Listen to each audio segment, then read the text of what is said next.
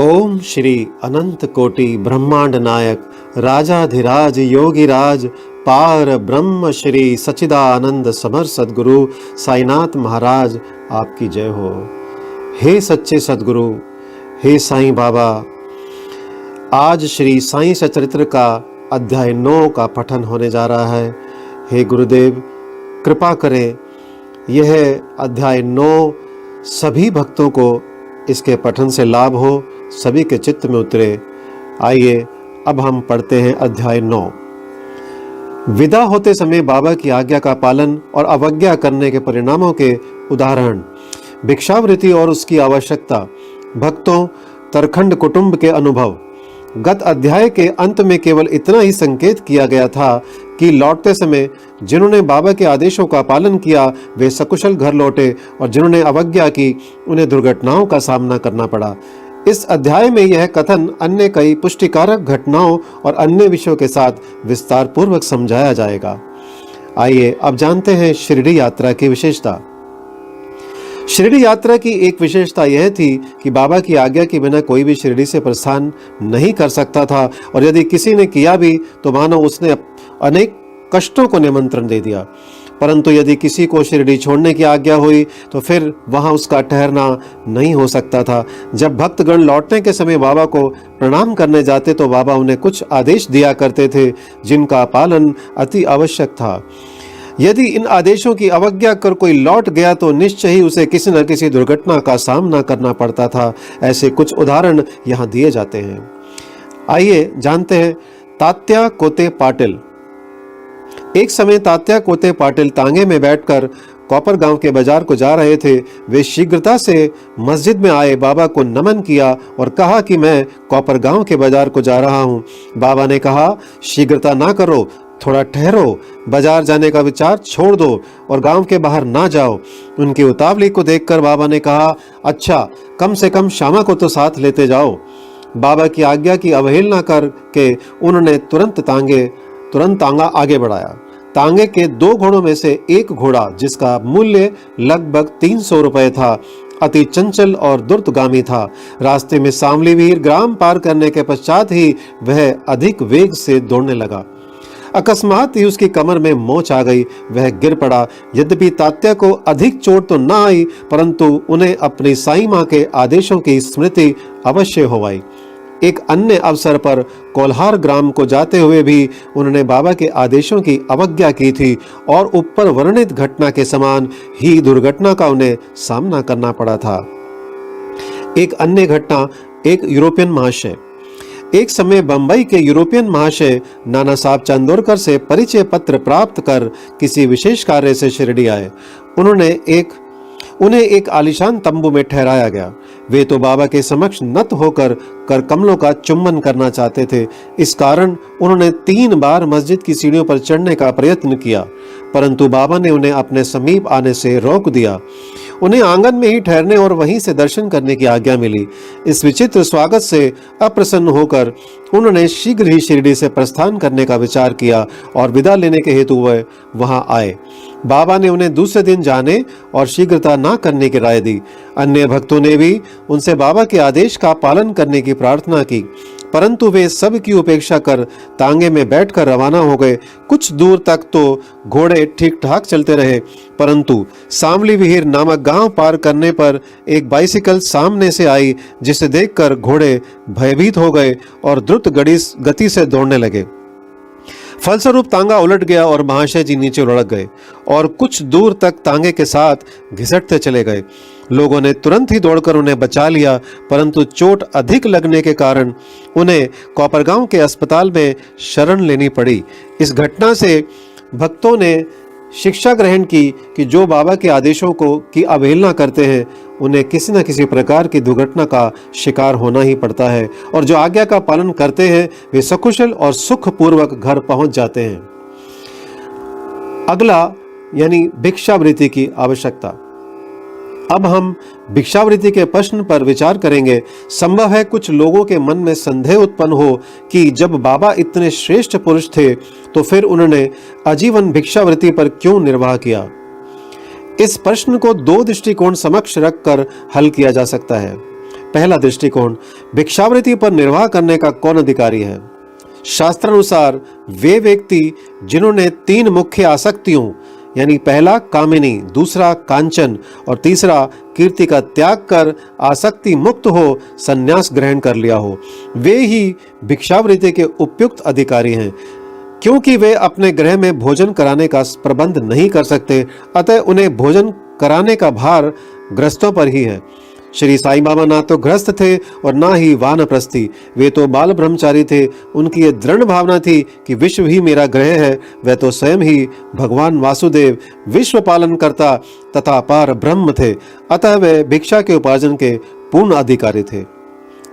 अब पढ़ते हैं दूसरा दृष्टिकोण, पंच सुना यानी 5 पाप और उनका प्रायश्चित। सबको यह ज्ञात है कि भोजन सामग्री या रसोई बनाने के लिए गृहस्थाश्रमियों को 5 प्रकार की क्रियाएं करनी पड़ती हैं। पहला कंडनी यानी पीसना, दूसरा पेषणी यानी दलना, तीसरा उदकुंभी यानी बर्तन मलना, चौथा मार्जनी यानी मांजना और धोना, पांचवा चूली यानी चूल्हा सुलगाना। इन क्रियाओं के परिणाम स्वरूप अनेक कीटाणुओं और जीवों का नाश होता है। इस प्रकार गृहस्थाश्रमियों को पाप लगता है। इन पापों के प्रायश्चित स्वरूप शास्त्रों ने 5 प्रकार के यज्ञ करने की आज्ञा दी है। अर्थात पहला ब्रह्म यज्ञ अर्थात वेदाध्ययन, ब्रह्म को अर्पण करना या वेद को अध्ययन करना। दूसरा पितृयज्ञ, पूर्वजों को दान। तीसरा देव यज्ञ यानी देवताओं को बलि। चौथा भूत यज्ञ यानी प्राणियों को दान। पांचवा मनुष्य यानी अतिथि यज्ञ, ये है मनुष्यों अतिथियों को दान। यदि ये कर्म विधि पूर्वक शास्त्र अनुसार किए जाएं तो चित्त शुद्ध होकर ज्ञान और आत्मानुभूति की प्राप्ति सुलभ हो जाती है। बाबा द्वार द्वार पर जाकर गृहस्थाश्रमियों को इस पवित्र कर्तव्य की स्मृति दिलाते रहते थे और वे लोग अत्यंत भाग्यशाली थे जिन्हें घर बैठे ही बाबा से शिक्षा ग्रहण करने का अवसर मिल जाता था। अब आगे पढ़ते हैं भक्तों के अनुभव। अब हम अन्य मनोरंजक विषयों का वर्णन करते हैं। भगवान कृष्ण ने गीता में कहा है, जो मुझे भक्ति पूर्वक केवल एक पत्र, फूल, फल या जल भी अर्पण करता है तो मैं उस शुद्ध अंतःकरण वाले भक्त के द्वारा अर्पित की गई वस्तु को सहर्ष स्वीकार कर लेता हूँ। यदि भक्त सचमुच में श्री साईं बाबा को कुछ भेंट देना चाहता था और बाद में यदि उसे अर्पण करने की विस्मृति भी हो गई तो बाबा उसे याद उसके मित्र द्वारा या उस भेंट की स्मृति कराते और भेंट देने के लिए कहते तथा भेंट प्राप्त कर उसे आशीष देते थे। नीचे कुछ ऐसी घटनाओं का वर्णन किया जाता है। अब पढ़ते हैं तरखंड कुटुंब, पिता और पुत्र। श्री रामचंद्र आत्माराम उपनाम बाबा साहेब तरखड़ पहले प्रार्थना समाजी थे, तथापि वे बाबा के परम भक्त थे। उनकी स्त्री और पुत्र तो बाबा के एकनिष्ठ भक्त थे। एक बार उन्होंने ऐसा निश्चय किया कि पुत्र व उसकी माँ ग्रीष्मकालीन छुट्टियां शिरडी में ही व्यतीत करें, परंतु पुत्र बांद्रा छोड़ने को सहमत ना हुआ। उसे भय था कि बाबा का पूजन घर में विधि पूर्वक ना हो सकेगा, क्योंकि पिताजी प्रार्थना समाजी हैं और संभव है कि वे श्री साईं बाबा के पूजन आदि का उचित ध्यान ना रख सकें। परंतु पिता के आश्वासन देने पर कि पूजन यथाविधि होता रहेगा, माँ और पुत्र ने एक शुक्रवार की रात्रि में शिरडी को प्रस्थान कर दिया। दूसरे दिन शनिवार को श्रीमान तरखड़ ब्रह्म मुहूर्त में उठे और स्नानादि कर पूजन प्रारंभ करने के पूर्व बाबा के समक्ष साष्टांग दंडवत करके बोले, हे बाबा, मैं ठीक वैसा ही आपका पूजन करता रहूंगा जैसे कि मेरा पुत्र करता रहा है, परंतु कृपा कर इसे शारीरिक परिश्रम तक ही सीमित रखना। ऐसा कहकर उन्होंने पूजन आरंभ किया और मिश्री का नैवेद्य अर्पित किया, जो दोपहर के भोजन के समय प्रसाद रूप में वितरित कर दिया गया। उस दिन की संध्या तथा अगला दिन इतवार भी निर्विघ्न व्यतीत हो गया। सोमवार को उन्हें ऑफिस जाना था, परंतु वह दिन भी निर्विघ्न निकल गया। श्री तरखड़ ने इस प्रकार अपने जीवन में कभी पूजा ना की थी। उनके हृदय में अति संतोष हुआ कि पुत्र को दिए गए वचनानुसार पूजा यथाक्रम संतोष पूर्वक चल रही है। अगले दिन मंगलवार को सदैव की भांति उन्होंने पूजा की और ऑफिस को चले गए। दोपहर को घर लौटने पर जब वे भोजन को बैठे तो थाली में प्रसाद ना देखकर उन्होंने अपने रसोइये से इस संबंध में प्रश्न किया।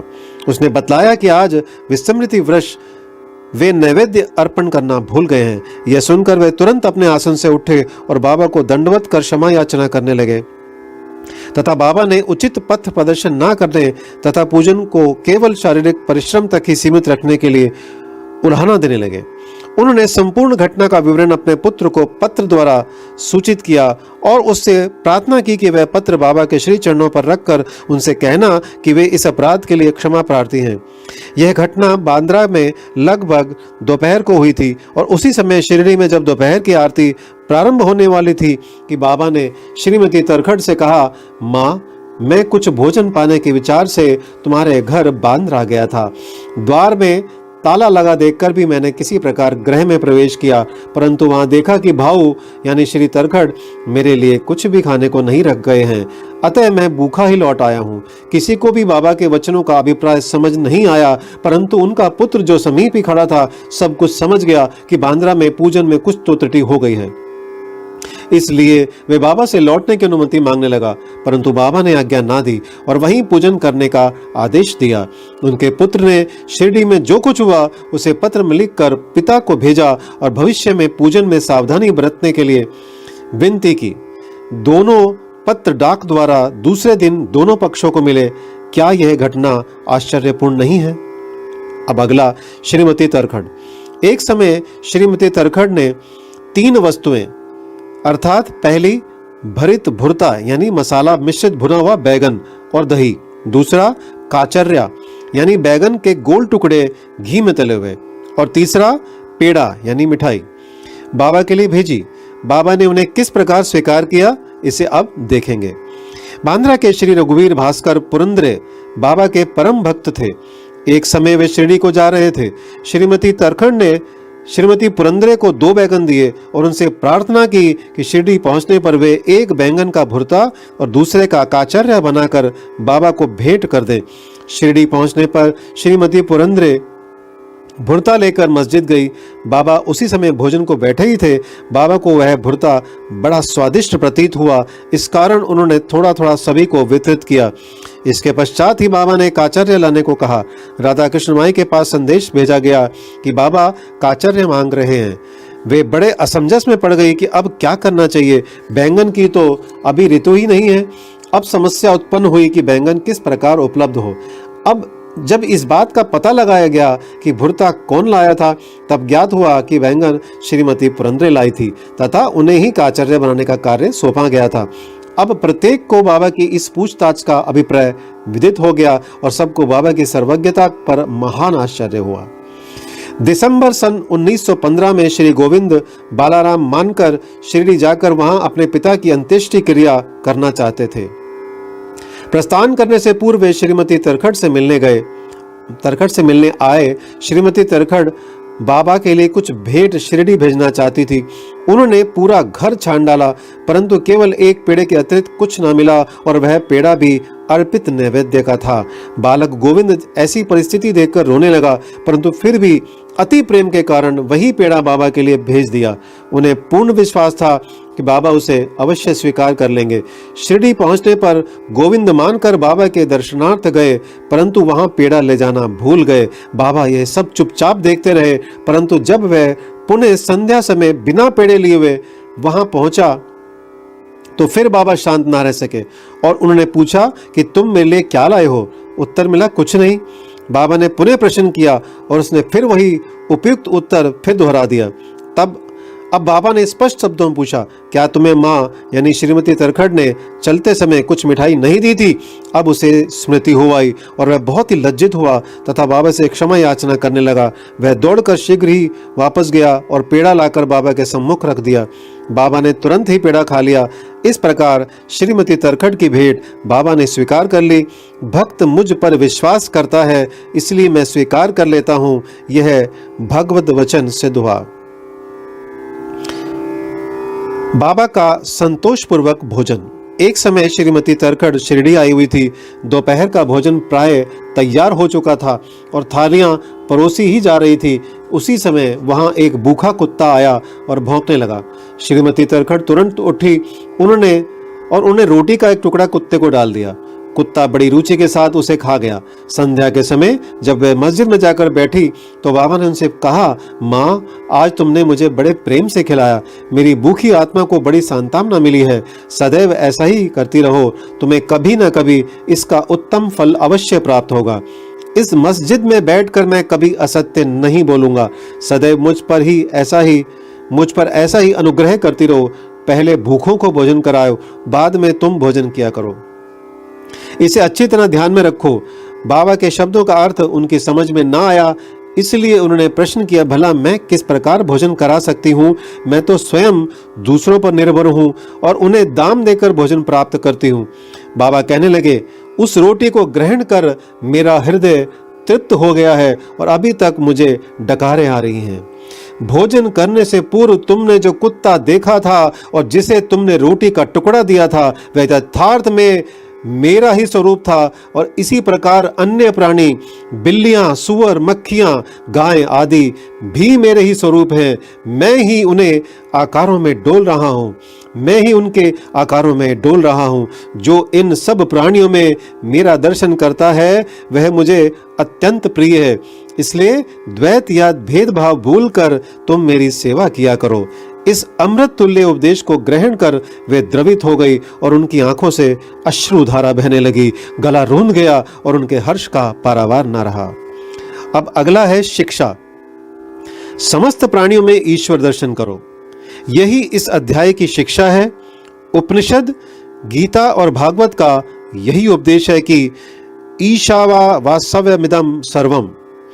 सब प्राणियों में ईश्वर का ही वास है, इसका प्रत्यक्ष अनुभव करो। अध्याय के अंत में बतलाई गई घटना तथा अन्य अनेक घटनाएं जिनका लिखना अभी शेष है और स्वयं बाबा ने प्रत्यक्ष उदाहरण प्रस्तुत कर दिखाया कि किस प्रकार उपनिषदों की शिक्षा को आचरण में लाना चाहिए। इस प्रकार श्री साईं बाबा शास्त्र ग्रंथों की शिक्षा दिया करते थे।